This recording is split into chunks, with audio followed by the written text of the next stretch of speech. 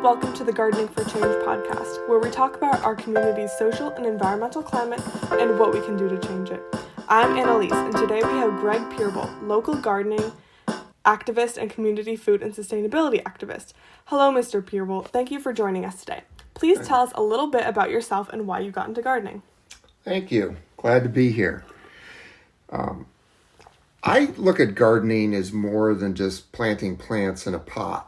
I look at it as part of the fabric of the earth and how we take care of it.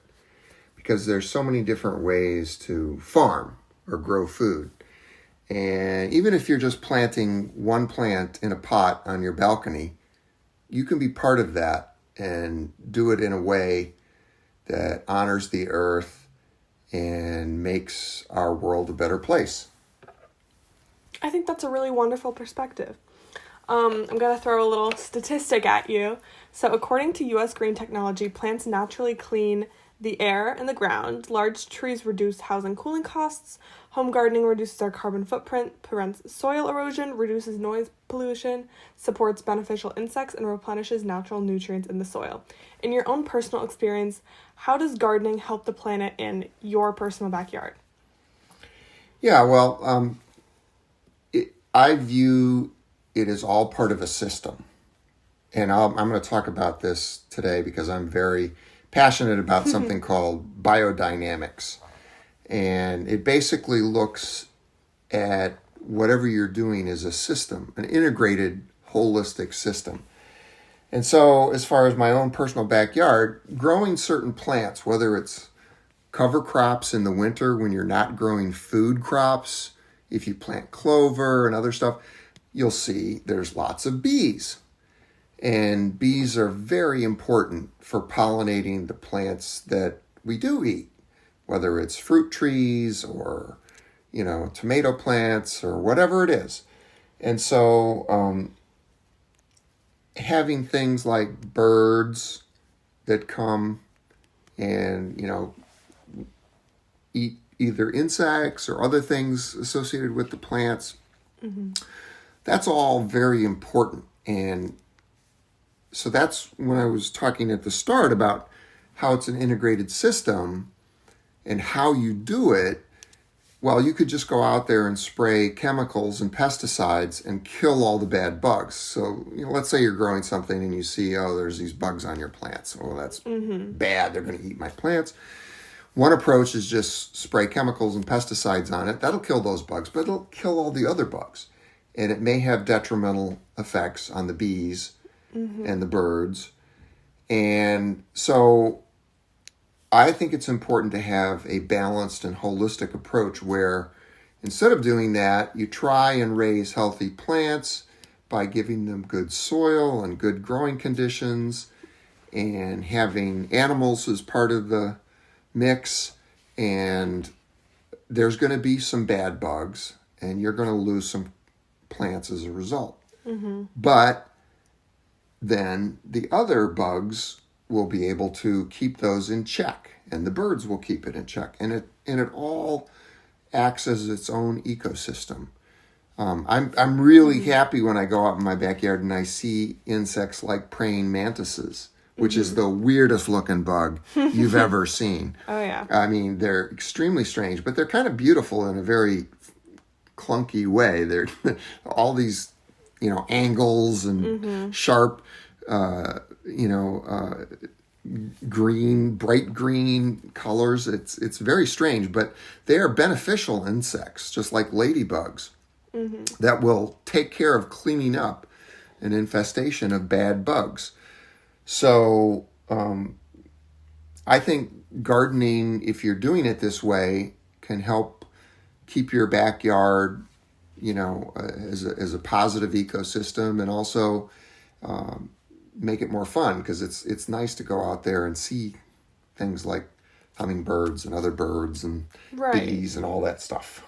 Yeah, so you see your gardening kind of as like a service to the earth, not just to yourself and your own kitchen. Yeah, I was talking about biodynamics, and people may not be familiar with that. It's becoming more of a thing. The thing is, it was founded in the 1920s, over 100 years ago, by an Austrian scientist, Rudolf Steiner. Dr. Steiner had these ideas about how to do things in a holistic way. He was way ahead of his time. Right. And diversity was the main thing. Diversity of plants, of animals, not having just a monoculture. And when I started gardening in the 1970s, when I was growing up, it wasn't done that way at all. Right. I mean, you just took, the chemical fertilizer and the pesticides, and that's how you grew things. I mean, nobody did it any other way. But now there's a realization that all those things we did had a lot of really detrimental effects. Right. Not just on small-scale gardening, but on large-scale planting. The way industrial agriculture has worked has been pretty much a failure in many ways. It's increased yields, certainly, but it's had a lot of other detrimental effects.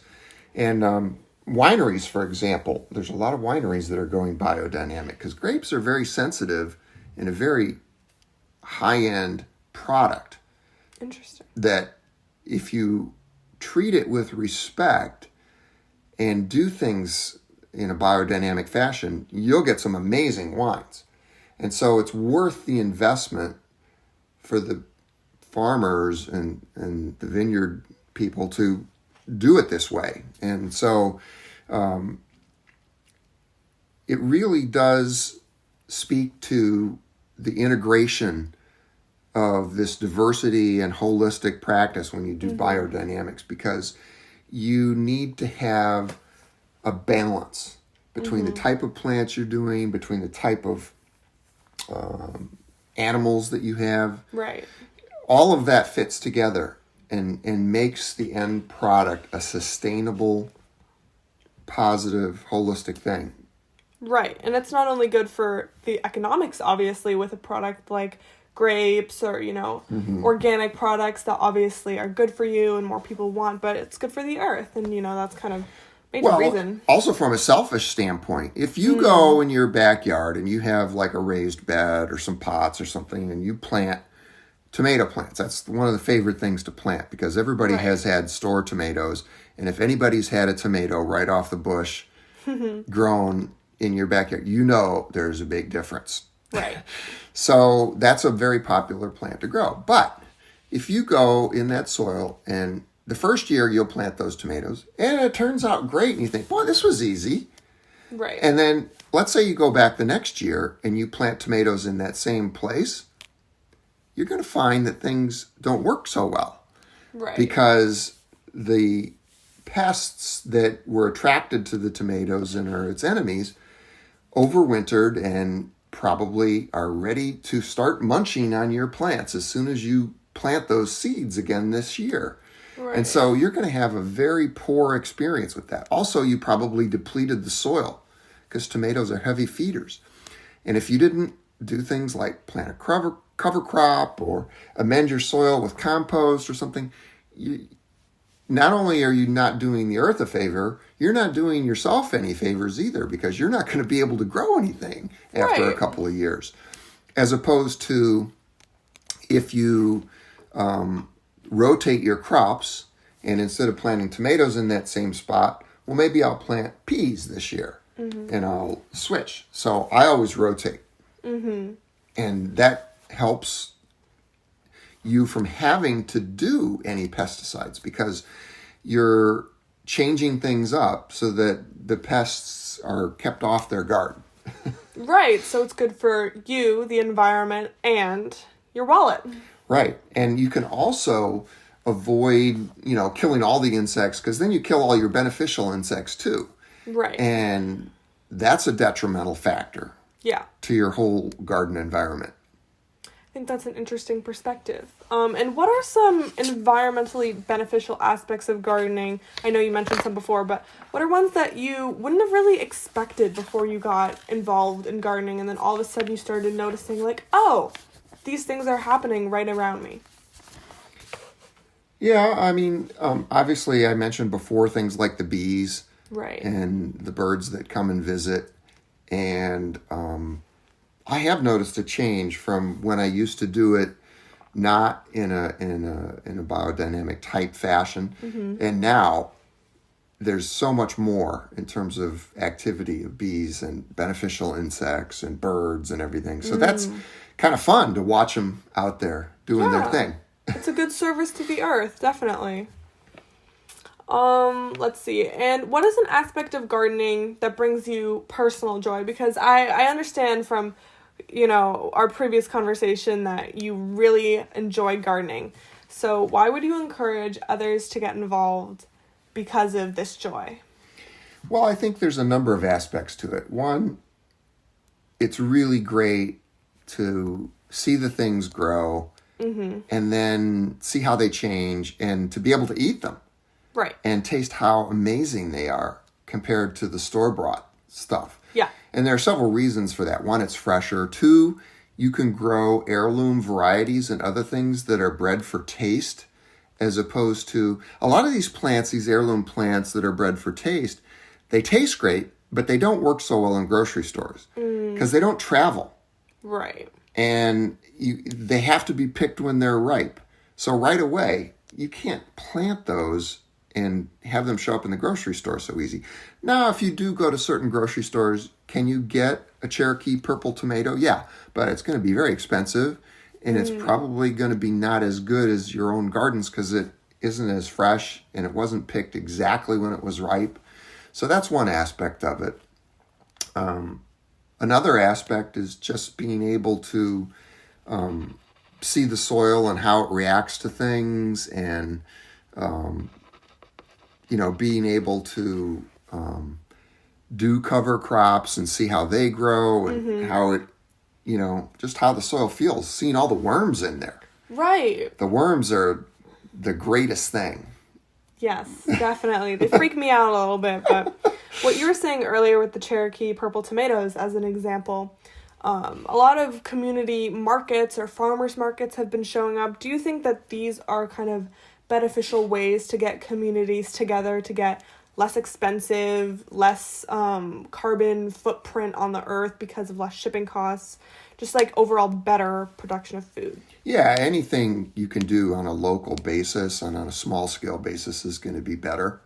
Right. And I do think, once people experience that, they'll say, oh, I'd like to do that. And, right. That can be an inspiration, for you to start. So, for example, Cherokee purple tomato, it's an heirloom and it's open pollinated.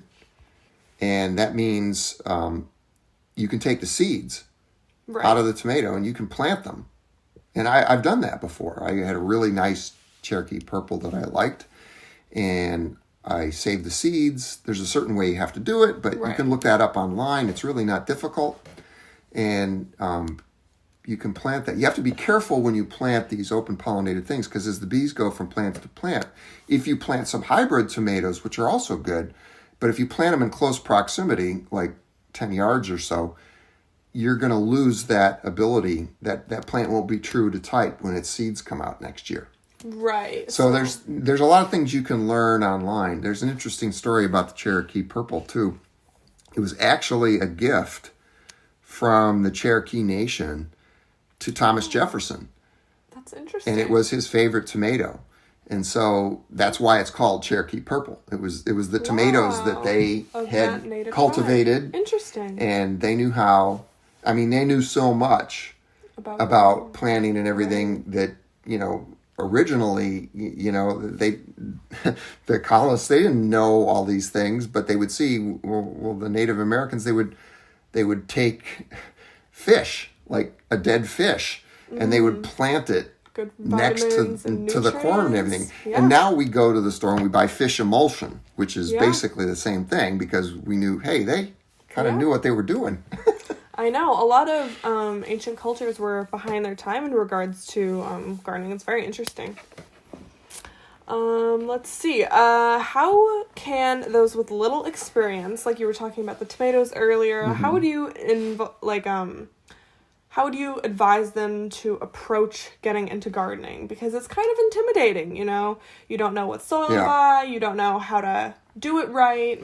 Yeah, don't be afraid of making mistakes. I would say start with what you love. I mean, do something that you're going to get enjoyment out of. Maybe you just love sunflowers. Well, plant a sunflower. Right. If you really love tomatoes, do that. So start small and do something that you're really going to enjoy, either to look at or to eat or whatever. Right. And it can be in a pot. It can be, in a raised bed, which is pretty easy to make with some scrap wood. And, right. I would encourage you, though, to try and do things as sustainably and organic as you can, which involves some work. Right. But I think we're going to talk about composting in a little bit. But it's really important to have rich soil, and you need to amend the soil and continually feed it to be able to get good plants. So you do have to put some energy into doing that. But, back to the holistic or biodynamic view of having an ecosystem, it really isn't that hard if you think of it as an ecosystem. So, for example, you've got all your kitchen scraps. It's amazing how much stuff you can put in your compost pile every day. Truly.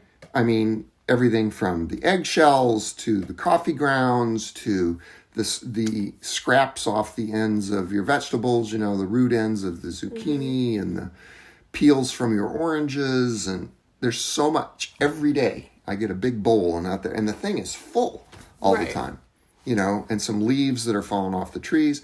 So if you get that going, and it takes some time, but if you nurture that compost and use that in your soil, you're going to have a positive feedback loop that is going to just keep perpetuating itself, because you'll be able to take your plants out when they're done, put those in the compost pile, and they're going to feed the soil for the next year's crops.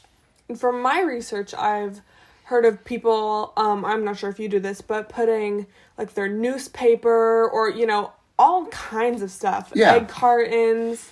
Yeah, there's composting is basically, you want to try and get a mix of green and brown. Those are the two categories. And, fresh things like, green plants and all that is obviously the green, or things like, you cut a cauliflower up from the store. Well, there's all these leaves. It's amazing. You've got a huge pile of stuff that you can't eat, but that's good green stuff for your compost. And the browns would be things like the newspaper or leaves or the egg cartons or things. And you need a balance of that. So you'll learn as you do it to kind of see how the compost is going and whether you need more of one thing or another. Well, while we're on the topic of composting, would you tell us a little bit about how you got started in composting? Well, I'm not sure exactly how long ago that was. It was quite a while ago. I think the county of San Diego had a program, and they may still have this, where they give you a rebate if you buy a composting thing. Thing. They do still have that, yeah. Yeah, and so that kind of intrigued me. I saw some little blurb about, get a $50 rebate or something, and so that really made it affordable to get a really nice composting bin. You can build your own and do all that, but it's nice to have something that is going to work for you. So there's rotating drums if you're in a hurry and you want the compost to go fast. There's all kinds of things, but there's so many different compost things you can buy at like Dixieline or Home Depot or online. And I think a lot of municipalities, like if you live, like, for example, in the city of Encinitas, or if you live in the county of San Diego, there's a lot of programs that will give you rebates for being able to buy these things. Right. And there's a lot of resources teaching you how to use them and how to have success with them. And there's also seminars, and there's different people that are gardening activists. I have to give a little rest in peace here for one of the greatest gardening activists in San Diego. His name was Bill Tall. He passed away last week, unfortunately. Oh. But he was in, I think, Normal Heights in the city in San Diego. And most amazing place, amazing guy. And he preached this stuff for decades. Right. So there's people like that are passionate about it. A lot of them work in small, independent gardening places. Mm-hmm. Whether it's things like Mission Hills Nursery or, there's a couple of places that I know in Encinitas that are great garden resources. The people that work there will be such a source of knowledge and inspiration about all this, because a lot of them have dedicated their lives to doing this kind of stuff, and they'll be a great help. Right, and even online, when I was doing research for this project, there's so many resources, quick 5-minute videos, people who have the bins, people who have, and you can even get little things just for if you have a small apartment, for your balcony. Yep. Like, it's really accessible to everyone. Absolutely. It's not a one-size-fits-all thing. You can do things on a very small scale. I've seen people have a little compost container on their kitchen counter, and they have a pot on their balcony. They don't even have a yard. And they can still do this. I mean, on a much smaller scale, but it's very satisfying. You can have a cherry tomato plant that will go nuts in that kind of situation if you've got some good sun exposure. Right. And that's a lot of fun, and also very tasty. So, kind of to end our interview, what is your favorite thing about composting and gardening and all this? The satisfaction I get from knowing that it's a holistic ecosystem. I'm encouraging the diversity of plants and animals and all these things. Right. And just, it's very satisfying to feel that system working positively. Right. I think that's very admirable. Well, thank you for coming on to our podcast. Tune in to our next episode coming to you soon. Thank you.